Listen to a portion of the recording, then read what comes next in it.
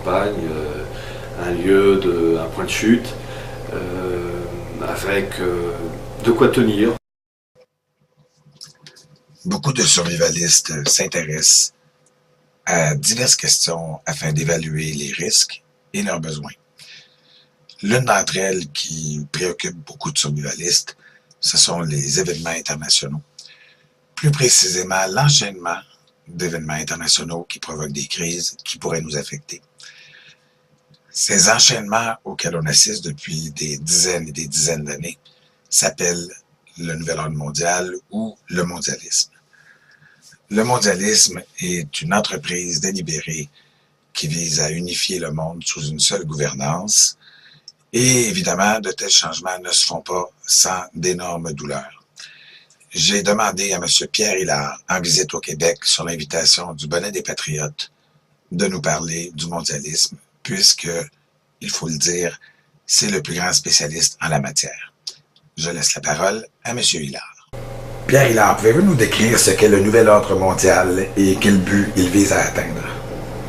Le nouvel ordre mondial, déjà, il faut définir le mot. C'est une expression que l'on retrouve pour la première fois. Officiellement, c'est Georges Bush-Père qui a utilisé cette expression, New World Order, mais en fait, la première fois que ça a été utilisé, c'est en 1914. 1914, il y a un siècle, c'était le bouquin de H.G. Wells, La destruction libératrice, où il évoque dans ce bouquin qui a 100 ans d'âge, un conflit planétaire, et les États et les populations qui ont donc survécu à ce conflit décident d'établir une gouvernance mondiale, et il ajoute un nouvel ordre mondial. Donc déjà, on voit que nos élites, qu'elles soient essentiellement anglo-saxonnes, avaient déjà une vision qui remontait à très loin. Déjà, nous sommes donc fin 19e, début 20e siècle, c'est l'Empire anglo-saxon, l'Empire britannique et les États-Unis triomphants, qui ont façonné un modèle en sachant que cela va demander énormément de temps. Donc l'expression nouvel ordre mondial est un processus conduisant à la réunion de tous les peuples de la Terre sous une seule et même autorité, en fonction de critères avec des diversités ethniques et religieuses, mais une autorité au profit d'une oligarchie avec un concept religieux lié à la synagogue. D'ailleurs, on peut voir sur les billets de dollars américains la devise Novo Ordo Seclorum. Oui. Elle n'a pas toujours été là, d'ailleurs, elle a été ajoutée à un moment. Voilà, et on peut voir même, d'ailleurs sur moi j'ai un billet de $1 américain, il y a un angle, de manière très petite, peut-être un quart de millimètre, une sorte de chouette ou un hibou. Je ne sais pas si vous êtes... Comme le Bohemian Grove. Exactement. On a envie de dire pourquoi pas une mouette, par exemple. Non, c'est une chouette ou un hibou. Ou un dindon, comme le disait Franklin. Une autruche. Mais non, il y a des animaux comme ça qui ont plus de chance que d'autres. Vous venez de le mentionner brièvement. Je vous demanderais de me dire quelle sorte de personnes ou de groupes sont derrière le nouvel ordre mondial, ce qu'on appelle le nouvel ordre mondial. Alors, les grands princes du mondialisme, quand on fait un historique, je vais dire le premier grand prince du mondialisme, Nimrod. Nimrod, la tour de Babel. Donc vraiment, si on fait, je vais dire entre guillemets, de l'archéologie, c'est Nimrod.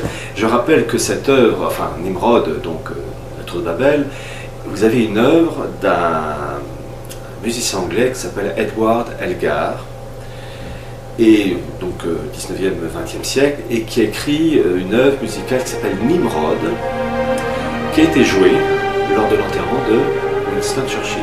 Tiens donc. C'est... Bon, l'œuvre en elle-même est très jolie, mais le fait de l'associer à Winston Churchill, qui a été un prince aussi du mondialisme, ça va ensemble.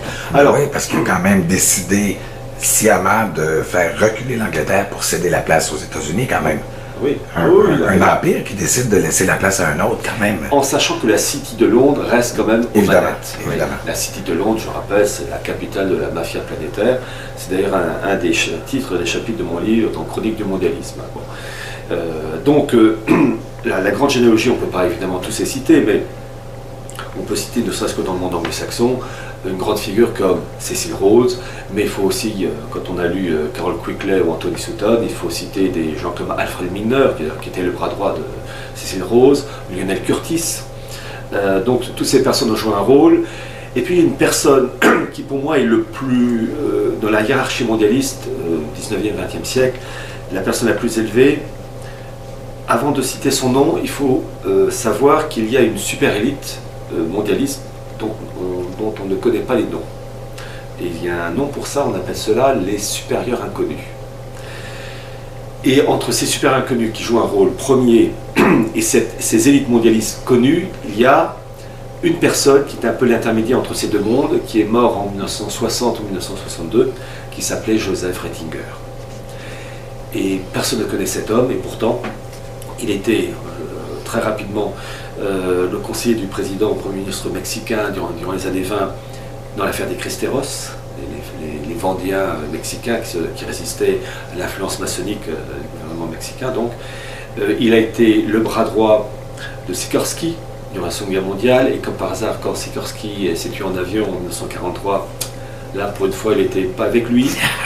Et puis surtout, Joseph Ratzinger était lié à des think tanks américains et anglais, le CFR et Chatham House, et il a prononcé, je crois que c'est au mois de mai 1946, un discours à Chatham House pour préparer la construction européenne, qui allait donner, donc c'est le fameux, comment ça s'appelle, le congrès Ley de mai 1948, présidé par Winston Churchill, mais le secrétaire général, celui qui vraiment chapeautait tout ça, c'était Joseph Ratzinger, qui déjà 2 ans auparavant avait lancé la LECE, qui est la Ligue européenne de coopération économique, une formule de ce style, dirigée par Edmond Giscard d'Estaing, père de Valéry Giscard d'Estaing, donc président de la République française de 1974 à 1981.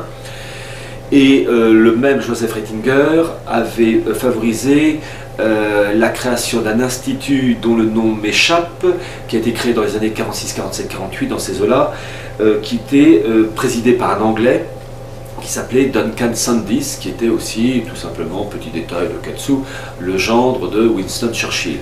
Et je cherche désespérément le nom, parce que le sigle européen pour la construction européenne, dirigé par Duncan Sandys, qui avait son équivalent américain, qui était le Comité américain pour une Europe unie, American Committee for United Europe, un truc comme ça, et son équivalent européen, donc Duncan Sandys, j'ai plus son nom en tête, mais enfin pas pour. Tout ça, c'était Joseph Ratzinger. Et puis, pour terminer, Joseph Ratzinger, 1954, c'est lui qui a créé Bilderberg. Voilà. Qui connaît Joseph Ratzinger? C'est un homme éminemment important. Donc, il y a un grand intendant, si on peut dire. Il y a des élites sous cet intendant-là, mais les vrais patrons, on ne les connaît pas. Les vrais patrons. Et puis, si on est catholique, le patron suprême, c'est Satan. Alors, si on n'est pas catholique, évidemment, ce que je dis n'a aucun sens.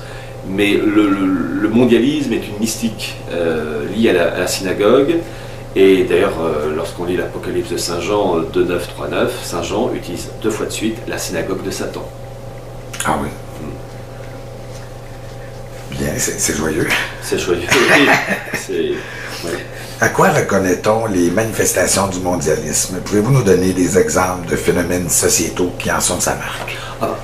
Un élément capital, c'est la destruction de la famille. Théorie du genre, comment dire, mariage pour tous, etc. La cellule de base de la société, c'est la famille, et sous-entendu un homme, une femme. Et là, on détruit tout, que ce soit en France, mais dans tous les pays dits développés, parce que dans les pays où on vit avec difficulté, dans les pays du tiers-monde ou en Afrique, etc., la théorie du genre, là, d'abord c'est bouffer. Donc, avant d'avoir des pensées tordues, il faut d'abord manger, survivre. Donc, en fait, ces idées-là sont valables pour des pays et des populations qui ont déjà un niveau de vie qui leur permettent de penser à autre chose que ouvrir le frigidaire. Donc, destruction de la famille. Et possibilité d'obéir à ses instincts. C'est ça j'ai envie, donc j'ai raison.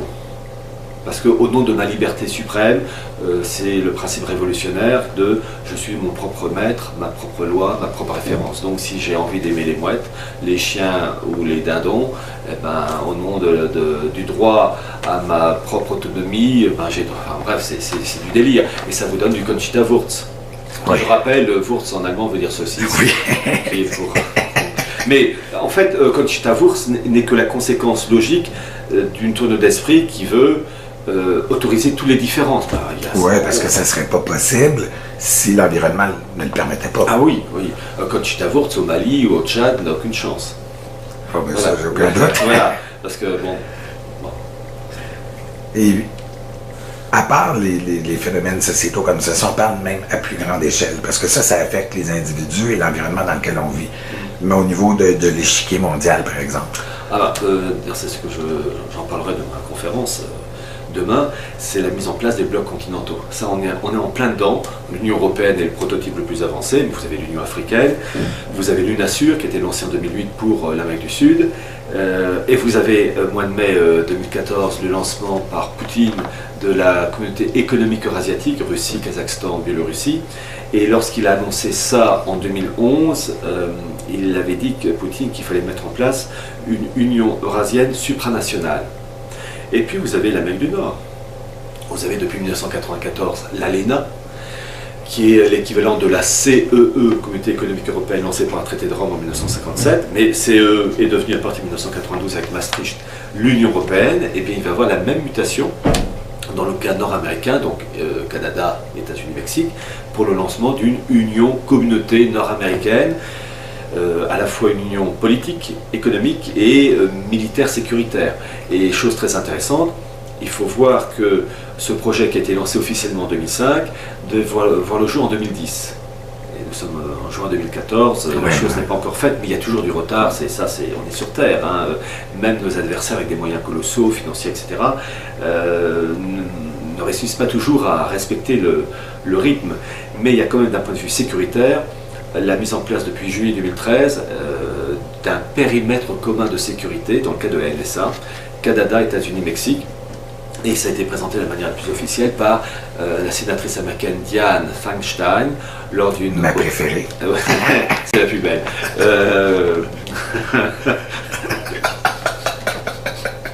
Oui. Qui présente lors d'une audition au Congrès ou au Sénat, lutter... de lutter contre le terrorisme, la sécurité, enfin le tralala habituel. Et un de ses collaborateurs présente un grand tableau du rôle de la NSA, Institut américain, donc normalement pour les États-Unis, et donc ça couvre tout le continent nord-américain. Il suffit de voir sur YouTube la vidéo. Donc d'un point de vue sécuritaire, la chose est faite. En tout cas, elle s'enracine. Donc s'ils l'ont fait pour ce domaine-là, il reste l'aspect politique économique. Donc c'est pas dans 20 ans, c'est dans 3 mois, 6 mois, 2 ans, 4 ans, mais on y est. Au détour d'une crise mondiale, soit économique, soit militaire. Les crises sont tellement utiles. Je pense à la crise de Wall Street en 1907, qui a permis le lancement, la création de la Fed en 1913. En fait, la crise rend service pour bondir d'un monde ancien et arriver à un autre monde, à un niveau supérieur. Donc, on aurait presque tendance à se dire, est-ce que ces crises ne sont pas provoquées? Des mauvaises langues disent ça. Ben, il y a quand même beaucoup d'indices pour la crise de 2007-2008. Oui, hein, oui. J'ironisais. Et ben, évidemment, est-ce que vous croyez que tout ça nous mène fatalement vers des guerres? Oui. Oui, parce que d'abord, dans l'esprit mondialiste, on est 7 milliards d'habitants, on est trop nombreux. Il y a le fameux George Guystone qui dit bien qu'il faut 500 millions d'habitants, ce qui d'un point de vue pratique est juste, parce qu'avec la technique actuelle, une élite oligarchique, 500 millions d'habitants, des techniques de pointe, on peut gérer la planète et 500 millions d'esclaves évidemment, hein, ça va de soi. Donc ils sont logiques, donc il y a 6 milliards et demi à éliminer, enfin... Une broutille. Une broutille, mais vu qu'ils sont tordus et... Oui, ça sera peut-être pas 6 milliards et demi, mais même qu'un milliard, c'est... 14-18, c'est rien à côté, c'est un bizutage. Oui. Vous mentionnez souvent que le fond de l'histoire avec un grand H est toujours religieux. Or, à quelques reprises, vous avez dit que le nouvel ordre mondial, ou en fait le projet mondialiste, échouerait en définitive à établir sa domination sur l'humanité et que les événements qui conduiront à cet échec seront terriblement dévastateurs pour les populations. Autrement dit, on va morfler avant de triompher à la fin. Lorsque vous regardez le passé de l'histoire du mondialisme, vous citez des documents officiels, des événements en rapport à ces documents, des organisations et leurs actions concrètes. Et puis lorsque vous tournez votre regard vers l'avenir, vous citez bien entendu d'autres documents officiels qui sont en existence et dont le contenu se déploie sous nos yeux, et des processus en cours, mais pour décrire la phase finale du déploiement de ce projet mondialiste, vous quittez le strict domaine factuel et documentaire pour parler d'événements dont l'ampleur et la finalité ont plutôt à voir avec le livre de l'Apocalypse de Saint Jean. Comment conciliez-vous l'observation empirique très poussée et très exacte que vous faites, une démarche scientifique finalement, et un dénouement que vous anticipez et qui est annoncé dans un livre sacré, et dans plusieurs, même si on fait allusion aux travaux de Cheikh Imran Hossein? Ce que nous voyons, les manifestations matérielles, les crises, la mise en place de blocs continentaux, tous ces événements ne sont que la conséquence d'une tournure d'esprit en amont, chargée de régenter l'humanité selon des critères bien définis, qui sont les critères, et c'est le fond de l'histoire, les critères de la synagogue. D'une tentative de restaurer un modèle voulu par la synagogue, modèle qui a été rejeté par la réussite de l'Église catholique, par l'arrivée du Christ, le Messie, fils de Dieu incarné, d'une vierge, l'Immaculée Conception. Et ça, c'est une hérésie, c'est une imposture pour la synagogue, donc il faut détruire ça pour rétablir la synagogue dans toute sa splendeur, et donc une religion pour les non-juifs, c'est-à-dire le noachisme, et le peuple juif, le mosaïsme, la loi de Moïse, peuple juif, peuple prêtre, et intermédiaire unique entre le Dieu unique et le reste de l'humanité non-juive, les gentils, comme ils disent. Et ces manifestations, tout ce qu'on voit n'est que la conséquence de cette volonté philosophique et religieuse. Et lorsque vous avez eu le 23 septembre 2012, à l'échelle planétaire, une prière de toutes les communautés juives du monde pour l'arrivée du Messie, du Messia, ça veut dire qu'ils estiment que l'organisation matérielle et spirituelle du monde est suffisamment avancée en fonction de leur idéal pour être couronnée par le roi des Juifs, qui doit rétablir dans sa splendeur Israël et le peuple juif qui a été détrôné, entre guillemets, par l'arrivée du Christ, l'imposteur pour la synagogue. Donc, ce que nous voyons, les éléments matériels que j'essaie de débusquer d'une manière factuelle, je sais qu'il y a une tourne d'esprit, ça ne surgit pas comme ça. Le mécano planétaire qui se met en place n'est que la conséquence d'une tourne d'esprit reposant sur un fond satanique, manifesté par l'action de la synagogue, quand je dis la synagogue, d'une super élite. Oui, oui. Voilà. Autrement dit, bon, vous êtes croyant, mais qu'on soit croyant ou pas, on peut quand même observer cette volonté d'imposer cette religion mondiale. Donc, c'est là que ça devient factuel et que ça devient empirique. Un autre exemple, un élément factuel, le centre de la religion mondiale universelle se trouve au Kazakhstan. Oui, Astana. Astana, anagramme de Satana. Et c'est là où se trouve, dans un bâtiment qui est une pyramide, là aussi on a envie de dire, pourquoi une pyramide, toutes les religions, juives, musulmanes, catholiques, protestants, etc. Et d'ailleurs, c'est le cardinal Torrent, je crois, celui qui a annoncé l'élection du pape, enfin, le cardinal Bergoglio, peut-être il a démissionné parce que je sais qu'il avait des problèmes de santé, mais qui jusqu'à une date récente était le représentant du Vatican à Astana. Et je rappelle que c'est deux choses à rappeler. Lorsqu'en 2009, le président kazakh Nazar Zayev, je prononce mal son nom, est passé au Vatican, il a offert à Benoît XVI un cadeau, comme un chef d'État normal, et ça représentait la pyramide d'Astana. Ah oui. Donc, la vidéo sur YouTube, on peut la voir. C'est 2009, je ne sais plus le mois. Deuxième chose, la deuxième chose, c'est le lancement, j'en parlais tout à l'heure, de la communauté économique eurasiatique, qui réunit donc la Russie, Kazakhstan et Biélorussie, et la signature de cette communauté économique eurasiatique qui va dans quelques temps devenir supranationale, et ça a été signé où? À Astana. J'ai envie de dire, la Russie, le Kazakhstan, c'est vaste, pourquoi Astana? Et là, quand on regarde Astana, c'est quand même pas une capitale. Mais c'est un décor maçonnique. Il suffit de taper Astana et images sur Google, il y a plein de décors, c'est un décor maçonnique. Donc c'est une signature de la bête. Voilà. C'est pas à Saint-Pétersbourg que c'est fait, hein. C'est pas fait à Smolensk, c'est pas fait à Kiev, c'est Astana parce que c'est un centre religieux, mais au sens satanique du terme, préternaturel. Oui, c'est joyeux. Comment lutter contre le mondialisme à échelle individuelle et collectivement? Alors, il y a deux choses. D'abord, connaître nos ennemis, ça je dis toujours, on ne connaît pas nos ennemis, on ne connaît pas l'historique du mondialisme, je citais Nimrod, qui connaît, voilà. Et puis connaître, bon, je disais Cecil Rhodes, mais Joseph Ratzinger, et tous ces grands princes. Il faut donc avoir une connaissance historique de ces gens-là, leur existence, leur passion, leur but. Connaître évidemment la famille Rothschild, ce qui est connu, mais en même temps on dit Rothschild, mais ça ne va pas plus loin. Connaître l'arrière-fond de la boutique de tous les instituts européens, mais aussi américains, etc., en faveur du nouvel ordre mondial. Donc avoir une culture politique religieuse. Connaître l'histoire du noachisme, ça c'est l'élément capital, c'est ça qui va irriguer l'esprit de la religion universelle sous le cadre et la direction de la synagogue. Et puis si on est croyant et catholique,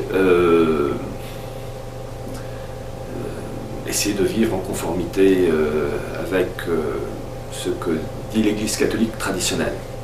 Donc il n'y a pas de moyen vraiment de s'en prendre ou de résister ou... Il faut, si, parce que lorsqu'on a ça, je crois beaucoup à la phrase de Sainte Jeanne d'Arc, de par Dieu les hommes se battront et Dieu donnera la victoire. C'est-à-dire qu'on s'appuie sur un fond religieux catholique pour lutter contre une influence satanique, nourrie par des connaissances, etc. Et puis à chacun son niveau, on fait de son mieux.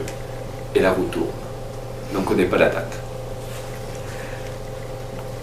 Sachant que j'allais vous interviewer, Piero San Giorgio, avec qui vous avez fait une conférence magistrale d'ailleurs, souhaite du fond de sa Suisse vous adresser une question. D'accord. J'écoute Piero. Comment vous préparez-vous concrètement pour vous et votre famille? On parle des événements à venir, des effondrements, des crises, des guerres. Eh bien, sachant qu'il y a un compte à rebours qui a commencé, ne connaissant pas évidemment la date, mais sachant que ce n'est pas dans 30 ans, eh bien, je m'organise pour essayer d'avoir en campagne un lieu, un point de chute, avec de quoi tenir. C'est-à-dire que le jour où il n'y aura plus d'électricité, il n'y aura plus d'eau. Qu'est-ce qu'il y a dans les placards? Qu'est-ce qu'il y a dans les tiroirs? Qu'est-ce qu'il y a dans le grenier pour tenir le coup, pour ne pas crever de soif d'abord. L'eau potable, c'est l'élément capital. Ne pas mourir de faim, avoir des trucs de rechange. Et peut-être bénir sa maison. Avoir... Je vais vous donner une petite information, certains comprendront, d'autres non. Il est dit dans des révélations mystiques qu'il y aura à un moment donné un événement où il y aura 3 jours et 2 nuits d'obscurité complète, qu'on ne pourra pas s'éclairer normalement.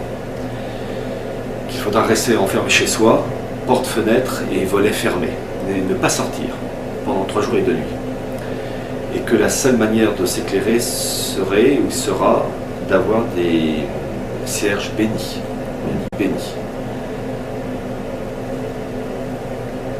Donc j'ai ça aussi. Ça fait partie de votre plan de préparation. Voyez-vous, la BAD, c'est très bien. Il ne faut pas avoir uniquement une vision matérialiste. Il faut l'avoir comme les animaux, la lutte pour la vie, ça je comprends, mais on n'est pas que des animaux, il y a aussi une âme et il faut penser à... soit on disparaîtra durant ces événements, donc il faudra un jour se présenter là-haut et pas trop sale, et même si on ne meurt pas tout de suite, et bien savoir qu'il y aura des événements, derrière ces événements matériels, il y a un fond mystique, il faut avoir une préparation, je sais pas, je vais citer des cierges bénis, mais avoir un chapelet béni aussi, c'est bien d'avoir une arme, mais il faut aussi avoir le chapelet, je pense. Croyez-vous que des organisations dissidentes comme Égalité et Réconciliation ou à bien plus petite échelle, le Bonnet des Patriotes, l'organisation qui vous a invité au Québec, croyez-vous que ces organisations puissent jouer un rôle dans la lutte au mondialisme? Ah oui, oui. Comment dire, Alain Soral fait un bon boulot. Grâce à son site, il permet de Égalité et Réconciliation de publier des documents qu'on ne verrait jamais, de nourrir l'espoir, de créer des liens. Et le Bonnet des Patriotes, à une autre échelle, mais joue le même rôle. Et c'est très bien que ces 2 sites communiquent et s'entraident. Il ne faut pas vivre, il ne faut pas travailler solo. Hein. Donc je crois beaucoup en l'action de ces instituts pour tenir le coup face à la mécanique mondialiste. Une sorte de phare au milieu de la tempête. Voilà, oui, c'est ça. Non, c'est à continuer à protéger, à encourager. Et finalement, la dernière question. Quel conseil donneriez-vous aux gens qui, comme vous, comme moi et comme beaucoup d'autres, anticipent que le processus de mondialisme finira dans un bain de sang et dans des destructions comme on n'en aura jamais vu? Vous en avez glissé un mot tout à l'heure. Ça, je crois qu'on va connaître une période, je disais tout à l'heure, 14-18, un gentil bizutage. Nous sommes le 28 janvier 2014, il y a 100 ans. Le 28 janvier 1914, l'héritier du trône d'Autriche-Hongrie, François Ferdinand et sa femme étaient assassinés à Sarajevo. Et c'est ça qui a lancé le processus de la Première Guerre mondiale, qui en fait reposait la Première Guerre mondiale sur des problèmes bien plus profonds. Le Bagdad, par exemple, l'attentat de Sarajevo n'a été que l'allumette qui a enclenché le bon. Et bien, 100 ans après, en fait, 1914-2014, c'est tout un processus qui permet la bascule d'un monde ancien à un monde tel qu'on le voit, avec des étapes, 14-18, 39-45, et toutes les autres crises militaires et économiques, et celles qu'on va connaître dans quelques temps. Tous ces événements, c'est pour rebondir dans l'esprit mondialiste à un stade suprême qui est la mise en forme d'une pyramide. Il n'en manque plus que le dernier petit caillou pour... voilà. C'est au moment où ils arriveront à couronner de la dernière pierre leur édifice que ça va sauter. Eh bien, on va morfler. J'ai toujours dit que ce sont ceux qui sont mentalement les plus solides, qui voient le réel, qui n'ont pas... une phrase de Bossuet que j'aime beaucoup: le plus grand dérèglement de l'esprit consiste à voir les choses telles qu'on le veut et non pas telles qu'elles sont. Voilà. La plupart des gens ne veulent pas voir le réel. Le feu brûle, non. Non, mais le feu brûle. Non, le feu brûle. Et les personnes déjà qui voient le réel, qui n'ont pas peur, qui auront plus de chance. Évidemment, les petits minets, c'est-à-dire les 9/10 de la population, là, ça va être épouvantable. Déjà pour ceux qui sont solides nerveusement, ça va être très dur. Alors, les autres. Ce sont des temps joyeux qui nous attendent. Oui, c'est... mais je dis toujours la roue tourne. J'ai le titre d'un de mes livres, La marche irrésistible du nouvel ordre mondial. Mais j'ai rajouté un élément, destination Babel. Et si j'ai mis ça, ces deux mots, c'est pour montrer, parce que marche irrésistible, ça donne une impression de victoire absolue de l'ennemi. Donc je ne serais pas au Québec si j'étais sûr de ça, je ferais autre chose. Si, je serais au Québec peut-être pour du tourisme, mais ça s'arrêterait là. Mais je veux dire par là que si j'ai mis destination Babel, c'est pour montrer que l'apparente marche irrésistible va se terminer par un échec pour nos ennemis, comme Babel, qu'il y a un fond mystique derrière ça, qu'il faut comprendre ça et que ça va s'écrouler en notre faveur. Le problème, c'est qu'on est dans la tour, et donc quand ça va s'écrouler, il y aura des innocents qui passeront. Mais cette marche irrésistible n'est pas... elle est apparemment irrésistible. Mais on aura le dernier mot. Oui, dans tous les cas, il y a des gens qui vont souffrir. Oui. Et tant qu'à souffrir, aussi bien avoir la victoire. Oui, et j'en profite. Ce bouquin, toujours la marche irrésistible du nouvel ordre mondial, avec j'ai mis une sorte de pastille rouge en plus, destination Babel. La couverture représente la carte du Proche-Orient, décomposée d'un point de vue ethnique et religieux. C'est sorti dans une revue militaire en 2006, AEJ, de Ralph Peters. Et l'Irak est en train d'éclater. D'ailleurs, la revue Time vient de publier un document avec l'éclatement au cours de l'Irak. C'est la zone de Babylone. Et tout ça, il faut voir ces événements matériels, réels, mais ça ne se passe pas au Bangladesh, ces trucs-là, pas au Groenland, pas aux îles Kerguelen. C'est la zone multimillénaire d'un conflit religieux, Babylone, Nimrod, c'est là. Et je demande à ceux qui m'écoutent de se dire pourquoi là et pourquoi pas au Bangladesh. Enfin, c'est pas l'effet du hasard. Oui, surtout que ce qui est dessiné sur les cartes c'est prévu est en train de se modeler à l'heure actuelle. Il y avait déjà la revue sioniste Kivunim en 1982 sous la plume d'Odadinon. Alors Odadinon, c'est peut-être un pseudonyme, mais enfin en tout cas le document est là, qui s'était traduit de l'hébreu en anglais par le président de la Ligue israélienne des droits de l'homme à l'époque, qui s'appelait Israël Shaak, qui donc d'Adinon, qui disait qu'il fallait éclater l'Irak en 3 zones, kurdes, chiites et sunnites, l'Arabie Saoudite, la Syrie, etc. Et donc ce qu'il disait en 1982, c'est exactement ce qui se passe aujourd'hui. Voilà. J'aime, entre guillemets, ces esprits méthodiques qui prévoient le montant à l'avance. Oui. Mais nous, on en ramasse plein la gueule. Alors finalement, les survivalistes, c'est pas tellement des gens si illuminés que ça. Ah non, non, non, non, non. Qu'il y ait des fous furieux dans le milieu survivaliste, sûrement, comme partout ailleurs. Ouais, ben oui. Mais le concept en lui-même, oui, il faut penser à sa famille, il faut de la nourriture, des vêtements, des choses pratiques, des bouquins aussi, parce que quelquefois ça fera du bien de changer un peu d'air, parce qu'il n'y a pas de télé. Hein. Déjà à la télé, il y a pas mal de conneries, mais des armes, mais un chapelet pour les croyants. Béni si possible. Pierre Hilard, merci beaucoup. Merci.